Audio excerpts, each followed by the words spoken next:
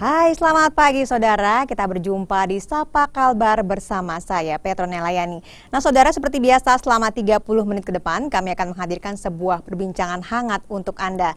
Nah hari ini kami akan mengupas mengenai sebuah yayasan yang bergerak cukup lama di Indonesia dan sejak beberapa tahun yang lalu sudah hadir di Kalimantan Barat, yaitu Aksi Cepat Tanggap atau biasa disingkat ACT. Nah saudara, telah hadir bersama kami di studio ada Bang Fahri dan juga ada Bang Iman yang merupakan Branch Manager ACT Kalbar dan juga merupakan Head of Marketing Communication ACT Kalbar. Baik, selamat pagi. Selamat pagi. Gimana kabarnya? Semoga sehat ya. Alhamdulillah sehat.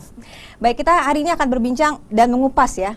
Mengupas seperti kayak ini, mengupas kentang ya mengenai aksi cepat tanggap yang ada di Kalimantan Barat. Tapi sebelumnya mungkin kita harus membahas dulu mengenai cikal bakal dari ACT yang ada di Indonesia. Nah mungkin bisa diinformasikan oleh Bang Fahri, ini dari mana asal muasal Yayasan ACT ini, bagaimana bergeraknya, kemudian struktur organisasinya seperti apa, dan kapan mulai berdirinya di Indonesia? Ya, baik. Aksi Cepat Tanggap diinisiasi awalnya ketika terjadi tsunami di Aceh tahun 2004. 2004. Ini adalah ada suatu wadah yang bernama Masyarakat Relawan Indonesia. Nah, di mana Masyarakat Relawan Indonesia ini memang adalah para relawan yang datang untuk membantu meringankan beban pada saat terjadi tsunami Aceh. Nah, kemudian berkelanjutan, akhirnya setelah mereka berada di sana, tentu saja masyarakat melihat apa yang dilakukan. Nah, kemudian dari apa yang dilakukan oleh teman-teman MRI ini, tentunya di situ ada bantuan, ada bisa kita sebut dengan filantropi yang masuk. Nah, artinya ketika ada filantropi yang masuk, tentu saja filantropi ini harus dikemas atau direncanakan secara baik mengenai pengeluaran dan pemasukannya. Nah, dari sini diinisiasilah bahwa teman-teman RI membangun sebuah yayasan yang bernama Aksi Cepat Tanggap. Jadi itu mulai berdiri sebagai sebuah yayasan itu di tahun 2005. Tahun 2005. Tanggal 21 April tahun 2005 ACT diluncurkan sebagai lembaga kemanusiaan yang berbentuk yayasan.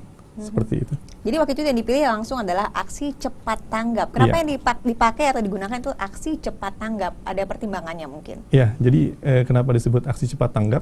Memang organisasi ini adalah kegiatan yang merespon ketika terjadi kegiatan tanggap darurat.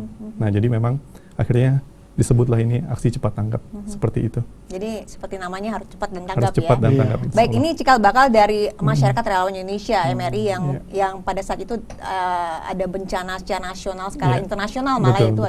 Adalah tsunami Aceh, kemudian akhirnya bergerak menjadi sebuah yayasan di tahun berikutnya, tahun 2005. Baik, ini pendirinya siapa sih foundernya, Bang Iman? Untuk founder sendiri kita ada namanya Pak Yudin ya. Pak Yudin ini sekarang sudah menjadi Dewan Pembina di Aksi Cepat Tanggap. Sebelumnya beliau masih menjabat sebagai Presiden dari Aksi Cepat Tanggap. Kemudian berseiring waktu berkembangnya dengan lembaga ini, akhirnya manajemen memutuskan untuk mengangkat beliau sebagai Dewan Pembina sekarang. Karena memang diawali hanya beberapa orang saat itu di tsunami Aceh, mungkin tadi Pak Fahri udah bilang. Tsunami Aceh 2004 itu terjadi atas dasar ACT terbentuk itu karena memang dasar-dasar dari kerelawanan. Jadi kerelawanan, kedermawanan, dan kemanusiaan adalah 3 fondasi dasar dari lembaga ini sendiri. Dan sesuai namanya, Aksi Cepat Tanggap, kami berharap kejadian bencana dan kejadian-kejadian lainnya di mana aja ya, mungkin nggak cuma di Kalbar, di Indonesia maupun di secara global, kami hadir bisa menjadi representatif dari aksi-aksi kemanusiaan. Baik. Seperti itu. Baik, nah ini untuk dari tahun 2005 sampai tahun 2020 ini adalah waktu yang cukup lama untuk bergeraknya sebuah yayasan, apalagi ini adalah dalam bentuk relawan dan juga sosial. Dari tahun 2005 sejak berdirinya sampai dengan tahun 2020 ini, program secara nasional yang sudah dilakukan apa saja? Iya, jadi semenjak tahun 2005 ACT itu awalnya yang hanya fokus ke kegiatan tanggap darurat dan juga program pasca bencana. Nah, ACT mulai mengembangkan aktivitasnya. Yang pertama, ACT mulai masuk ke beberapa program pemberdayaan, kemudian juga pengembangan masyarakat yang bisa disebut bisa disebut dalam kesusahan, dan juga saat ini ACT sudah mengembangkan beberapa lembaga berbasis spiritual. Yang pertama adalah Global Zakat, kemudian Global Wakaf, dan Global Kurban. Nah, kemudian di tahun 2012 ACT mulai mentransformasi dirinya menjadi yayasan global yang memang fokus pada permasalahan kemanusiaan. Dan alhamdulillah tahun 2014 pertama kali ACT bisa berkolaborasi dengan kemanusiaan secara global atau dunia. Jadi Seperti ini sudah ikut membantu bencana yang ada di dunia ya, bukan hanya di Indonesia. Ya, betul. Ini dalam bentuk apa? Hanya memberikan volunteer atau dalam bentuk dana, atau memang ada membuka cabang di tempat-tempat atau di negara-negara tersebut? Ya. Nah, kalau untuk di skala lokal atau di Indonesia, kita mempunyai wadah untuk perpanjangan tangan kita. Itu untuk di daerah provinsi dan hampir di seluruh kota dan kabupaten kita mempunyai jaringan MRI. Nah, jadi kegiatan ACT ini perpanjangan tangannya adalah organisasi MRI. Nah, kemudian untuk skala global, ACT juga mempunyai sudah menyiapkan beberapa kantor cabang yang saat ini sudah buka.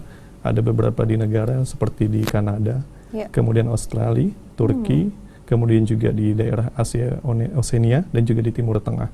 Seperti itu. Dan kalau untuk implementasi yang sudah masuk ke negara-negara luar, sudah sekitar hampir di 74 negara bantuannya, seperti Berarti itu. ini bukan hanya dalam bentuk memberikan bantuan, donasi atau memberangkatkan relawan saja, tapi sudah ada cabang di situ ya, jadi lebih serius untuk menangani atau membantu bencana-bencana yang ada di daerah-daerah setempat ya. Baik, usai jeda kita akan berbincang mengenai, kita lebih ini ya, skupnya kita lebih perkecil tentang Kalimantan Barat. Nanti kita akan berbincang mengenai Kalimantan Barat, programnya apa saja, kemudian bagaimana agar masyarakat bisa ikut bergabung menjadi relawan, dan kalau bisa ikut bergabung untuk memberikan donasi. Usai jeda ya Bang ya, dan saudara jangan kemana-mana, tetaplah bersama kami di Sapa Kalbar.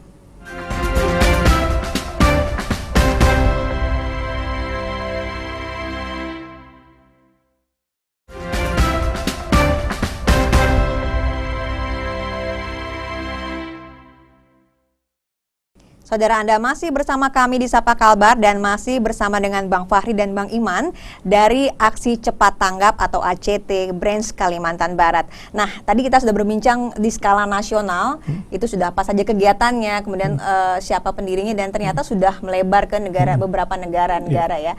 Nah, kita sekarang berbicara mengenai Kalimantan Baratnya sendiri. Untuk Aksi Cepat Tanggap di Kalimantan Barat sudah berdiri berapa lama?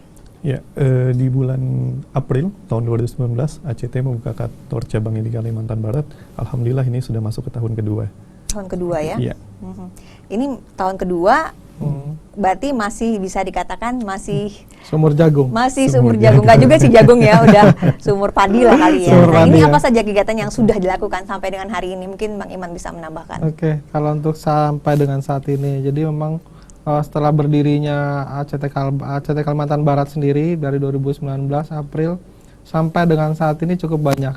Kalau kita jabarkan mungkin akan panjang waktu mungkin gitu Mbak ya. Tapi mungkin sedikit yang saat ini yang kami lakukan. Jadi semenjak dari awal tahun kemarin, dari pandemi ini mulai merebak, terutama udah di Kalbar dan sebagainya. Di awal kita tahun juga, ya. Betul. Februari, jadi memang aksi kemanusiaan yang cukup rutin kita lakukan, bahkan boleh dibilang ketika pandemi kita tidak ada penghentian aktivitas, bahkan memang dengan memilih resiko kita harus menyampaikan bantuan-bantuan dari donatur. Jadi salah satunya adalah penyemprotan desinfektan, kemudian sosialisasi tentang PHBS, pola hidup bersih dan sehat.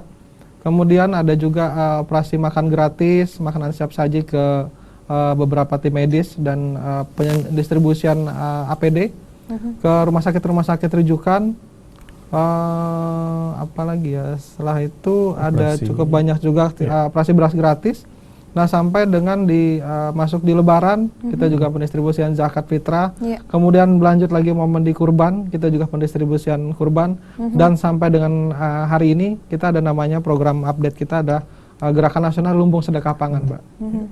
Ini berarti yang kita bicarakan ini adalah program jangka pendek ya. Jadi ini program yang dilaksanakan karena ada kondisi yang Kondisi-kondisi tertentu. kondisi-kondisi tertentu. Betul. Dalam hal ini adalah pandemi COVID-19. Nah, ini betul. mungkin persiapannya mendadak juga. Bagaimana nih, Bang Fahri? Oke. Untuk persiapan kita di COVID-19 memang yang pertama adalah kita menyediakan perlindungan diri terhadap karyawan kita dulu ya. Iya, betul. Nah, jadi alhamdulillah memang kita disupport mengenai pengadaan masker, juga termasuk peralatan lainnya, dan juga termasuk vitamin-vitamin khusus untuk memang karyawan kita, karena memang kita semenjak pandemi kita selalu bisa dibilang mengambil resiko untuk terus membersamai tim medis, masyarakat juga. Nah, itu tadi yang seperti dikatakan Pak Iman, beberapa program yang sudah kita jalankan. Tambahnya mungkin ada operasi makan gratis untuk masyarakat yang memang saat itu membutuhkan makan, ya, artinya yang terdampak pandemi kita tahu banyak sekali yang terkena PHK. Kita juga ada program operasi beras gratis di mana masyarakat yang membutuhkan kita siap distribusi dimanapun yang ada di daerah Kota Pontianak dan Kuburaya. Nah, kemudian juga mengenai program Gerakan Nasional Lumbung Sedekah Pangan itu tadi, nah, ini adalah gerakan nasional yang memang sudah kita lakukan. Alhamdulillah kemarin ACT Kalimantan Barat sudah mengimplementasi program ini di 4 titik. Kita berkolaborasi dengan beberapa masjid. Ya, ada 4 masjid kemarin yang sudah kita kolaborasikan, dan insya Allah juga di minggu ini akan kita lakukan lagi seperti itu. Lumbung sedekah pangan berarti dalam bentuk ini ya, dalam bentuk sembako ya, seperti beras dan lain sebagainya. Ini bagaimana mensuplai atau mendapatkan barang-barang ini, Bang Iman? Oke, dari awal memang ketika setiap program diluncurkan dari pusat, ya memang karena ACT sendiri ya, Cepat Tanggap, memang secara pengelolaan dana dan sebagainya itu adalah dana publik, dan alhamdulillah kami setiap tahun itu ada namanya verifikasi akuntan publik ya, akuntan publik ketika laporan pertanggungjawaban dari setiap laporan keuangan di lembaga. Alhamdulillah ACT selama tahun ke tahun sampai dengan hari ini kita masih memegang predikat sebagai lembaga yang WTP, wajar tanpa pengecualian. Nah, karena pengelolaan dana publik artinya berasal dari publik dan akan dikembalikan ke masyarakat lagi ya? Betul. Jadi bergulirnya seperti itu, Mbak. Kurang lebih adalah pengelolaan dana publik yang kami kumpulkan banyak metode ya, banyak metode sih sebenarnya yang bisa kita sampaikan nanti, cara-cara untuk berdonasi dan lain sebagainya. Baik, nanti akan diinformasikan di segmen berikutnya. Betul. Tapi saya masih penasaran dengan ACT, Aksi Cepat Tanggap yang ada di Kalimantan Barat. Ini tadi Bang Farid mengatakan karyawan ya, berarti ini ada pegawai juga, ada juga relawan atau volunteer ya, bagaimana? Ya, jadi untuk di ACT sendiri kita ada 9 orang karyawan ACT. Nah, dari 9 orang ini kita dibantu oleh teman-teman di MRI untuk perpanjangan tangan kita, karena untuk membersamai umat ini tidak cukup dengan 9 orang tentunya. Ya, kita punya hampir di seluruh kabupaten jaringan MRI sebagai perpanjangan tangan kita, seperti itu. Jadi dan alhamdulillah saya juga salah satu ketua MRI yang ada di Kalbar, Pak Iman juga salah satu pengurus MRI di Kalbar sebagai ketua bidang teritori, dan cara kerja kita memang selalu bersamaan dengan MRI, seperti itu. Berarti bersinergi antara ACT dan juga MRI ya, bersinergi. Betul. Jadi untuk volunteernya ini didapatkan dari masyarakat relawan Indonesia. Bagaimana cara perekrutan dari relawan atau volunteer ini? Iya, kalau untuk perekrutan sebetulnya kita tidak ada syarat yang khusus. Artinya ketika memang ada seorang relawan yang siap membantu meringankan beban atau siap membantu membersamai program-program kita, secara kesehatan bisa dikatakan sehat dan layak untuk ikut bergabung, saya rasa itu sudah bisa masuk untuk sebagai relawan kita. Tentunya juga ada ini ya, administrasi, artinya administrasi adalah pencatatan artinya dari di mana dia tinggal, asalnya dari mana, keluarganya siapa, sebagai catatan kita untuk apabila terjadi resiko atau apapun seperti jadi itu. Suatu hal ya di lain waktu. Betul. Baik, Bang Iman, ini untuk saat ini di Kalimantan Barat, setelah yang tadi ada 9 pegawai atau karyawan, itu pegawai organik ya, menurut Bang Fahri, itu untuk volunteer ada berapa orang? Saat ini total yang terdata di database kami di MRI sendiri untuk Kalbar total Mbak ya, ada kurang lebih 192 orang yang terdaftar di database kami. Sebenarnya jumlahnya akan lebih besar ketika memang beberapa teman-teman relawan yang masih belum bisa mengisi biodatanya melalui form-form yang sudah kami sediakan. Nah, cuma intinya dalam setiap implementasi, ya alhamdulillah selama ini untuk beberapa aksi kita tidak cuma titik di Pontianak, tapi juga di beberapa wilayah, seluruh wilayah Kalimantan Barat, insya Allah itu sudah ada perwakilan masing-masing relawan. Baik, jadi ini 190 ini seluruh Kalimantan Barat tersebar, ya. Dan didominasi ini di Pontianak dan Pontianak sekitarnya ya. Ya. Baik, Pontianak, jadi kalau misalnya ada terjadi, nah ini program yang ada di Kalimantan Barat ini dalam waktu dekat atau yang sudah dilakukan dalam hal bencana alam, karena ini berkaitan juga dengan bencana alam, apa saja yang sudah dilakukan? Iya, kalau yang sudah dilakukan kemarin kita seperti kita ketahui ada banjir di Melawi, Sintang. Nah, alhamdulillah kita kemarin 2 batch ya, artinya 2 kali mengirim bantuan. Yang batch pertama itu kita kirim sebanyak puluhan paket, dan di batch kedua kita kirim ada ratusan paket. Itu adalah paket sembako, seperti itu. Dan mungkin kita tahu juga sekarang sedang ada banjir juga di Kabupaten Landak dan Kabupaten Kapuas Hulu. Nah, insya Allah dalam waktu dekat ini kita juga akan berangkat untuk mendistribusikan bantuan ke daerah kabupaten tersebut. Baik, ini dalam waktu dekat ini karena ini sudah terjadi sedang terjadi saat ini. Baik Bang Fahri dan juga Bang Iman, sejeda kita akan berbincang lebih jauh mengenai aksi cepat tanggap yang ada di Kalimantan Barat, dan saudara jangan kemana-mana, tetaplah bersama kami di Sapa Kalbar.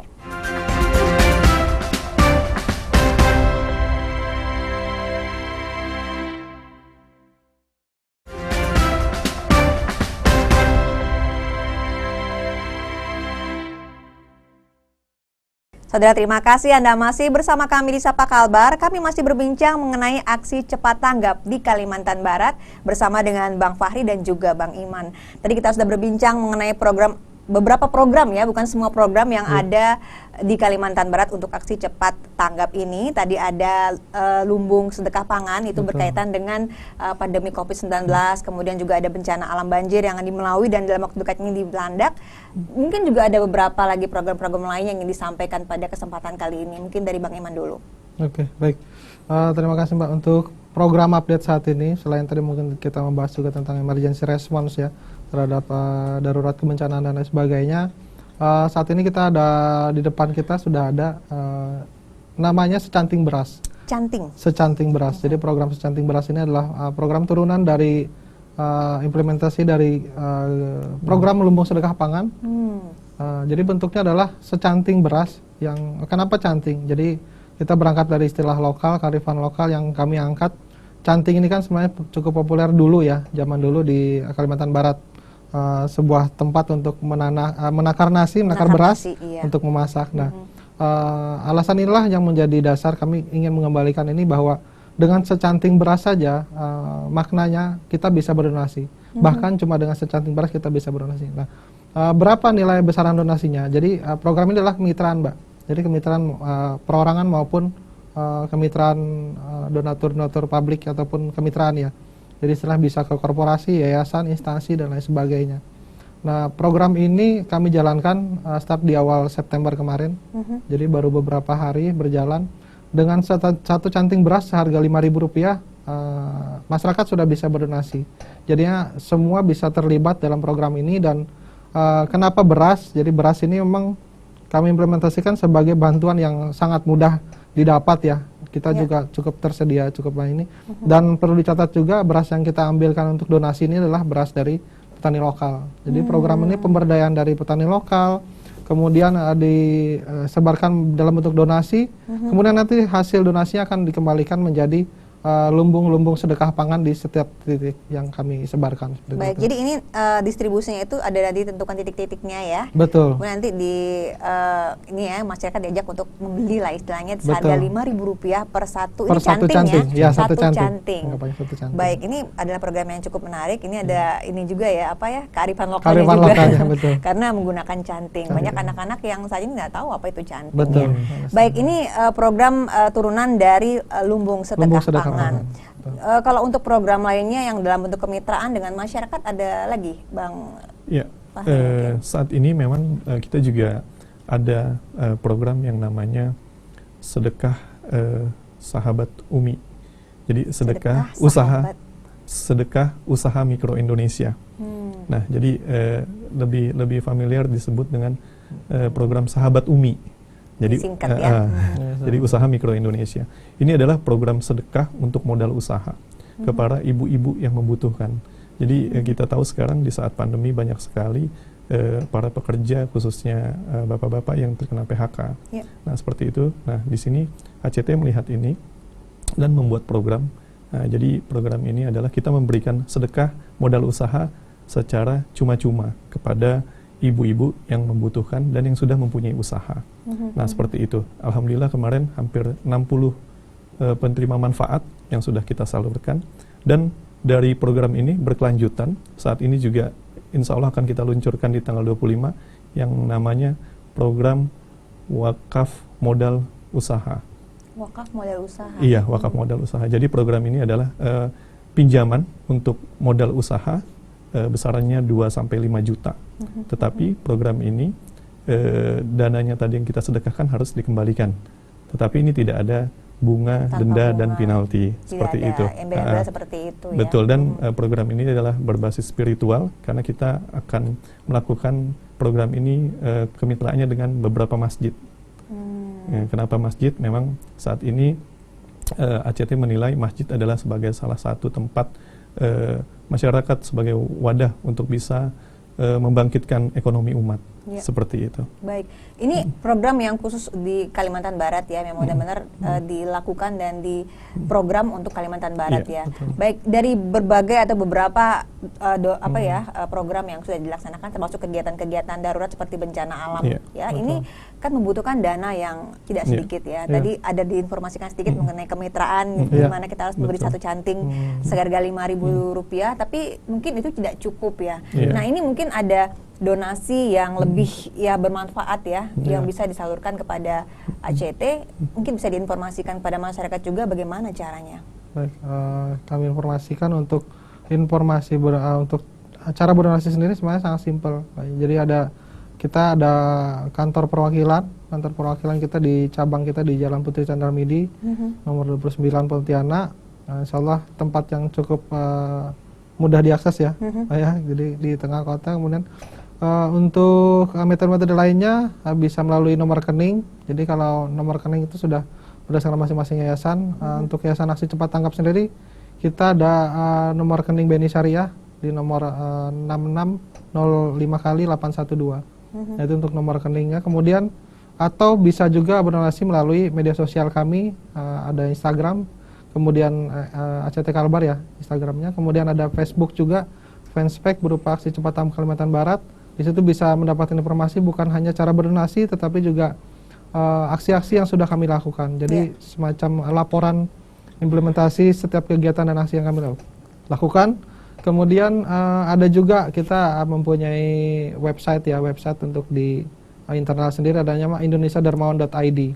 Nah, apa itu indonesiadarmawan.id dan lain sebagainya, nanti mungkin pemirsa yang di rumah bisa langsung kunjungi saja indonesiadarmawan.id ini untuk bisa mengetahui program-program apa yang kami jalankan. Dan cara berdonasinya cukup singkat, cukup mudah, insyaallah dengan cara sesimpel mungkin lah untuk berdonasi. Seperti itu. Jadi ada informasi yang lebih lanjut mengenai hal ini di media sosial ya. Baik, betul. Sampai sejauh ini Bang Fahri, selama 2 tahun kegiatan yang sepertinya cukup padat ya di Kalimantan Barat. Bagaimana respon masyarakat? Apakah donasinya selalu ada? Apakah sampai saat ini masih kurang atau bagaimana? Alhamdulillah. Untuk donasi, khususnya untuk di masyarakat Kalbar, sudah menunjukkan kepercayaan. Artinya saat ini walaupun Aksi Cepat Tanggap Kalimantan Barat baru berusia jalan tahun kedua, saat ini mau masuk 2 tahun, seperti itu. Namun antusias donasi di setiap harinya itu alhamdulillah cukup angka yang baik seperti itu. Jadi artinya bisa kita katakan saat ini masyarakat Kalbar sudah menaruh kepercayaan terhadap ACT Kalimantan Barat, seperti itu. Nah, kalau untuk menjadi volunteer itu mungkin ada beberapa generasi muda yang ingin bergabung menjadi relawan, itu bagaimana caranya? Bisa melalui akun Instagram MRI sendiri, ada @MRI_Kalbar. Di situ nanti yang bisa atau yang ingin bergabung menjadi relawan cukup menghubungi via direct message ya, pesan langsung ke akun Instagram tersebut, atau tadi caranya bisa langsung mengunjungi kantor cabang kami. Jadi karena MRI dan ACT ini satu kantor, insya Allah semua informasi tentang relawanan dan tentang aksi-aksi kemanusiaan bisa didapatkan melalui kantor cabang kami tadi sudah disebutkan. Dan sangat transparan pastinya. Betul. Ya. Baik, di Exit Semen ini mungkin ada yang ingin disampaikan kepada masyarakat di rumah, Mbah Fahri boleh silahkan. Ya, baik kepada masyarakat yang ada di Kalbar, saat ini kami membuka posko, yaitu Posko Gerakan Nasional Lumbung Sedekah Pangan, dan juga kami membuka posko untuk bantuan banjir di Melawi, mohon maaf, di Kabupaten Landak dan Kapuas Hulu. Dan juga kami ACT Kalimantan Barat mengajak masyarakat untuk peduli terhadap permasalahan kemanusiaan yang ada di Kalimantan maupun juga nasional maupun global untuk mewujudkan peradaban dunia yang lebih baik. Demikian. Baik, terima kasih Bang Fahri dan juga Bang Iman telah hadir bersama kami studio kali ini, dan semoga nanti ke depannya aksi cepat tanggap itu berkembang lebih pesat lagi, banyak mendapatkan donasi dan juga banyak mendapatkan relawan dengan kegiatan dan program-program yang lebih bermanfaat untuk masyarakat. Dan saudara, demikian Sapa Kalbar kita pada pagi hari ini. Terima kasih atas kebersamaan Anda. Saya Petro Nelayani undur diri. Tetaplah bersama kami dengan sajian menarik lainnya di Kompas TV, independen, terpercaya. Sampai jumpa.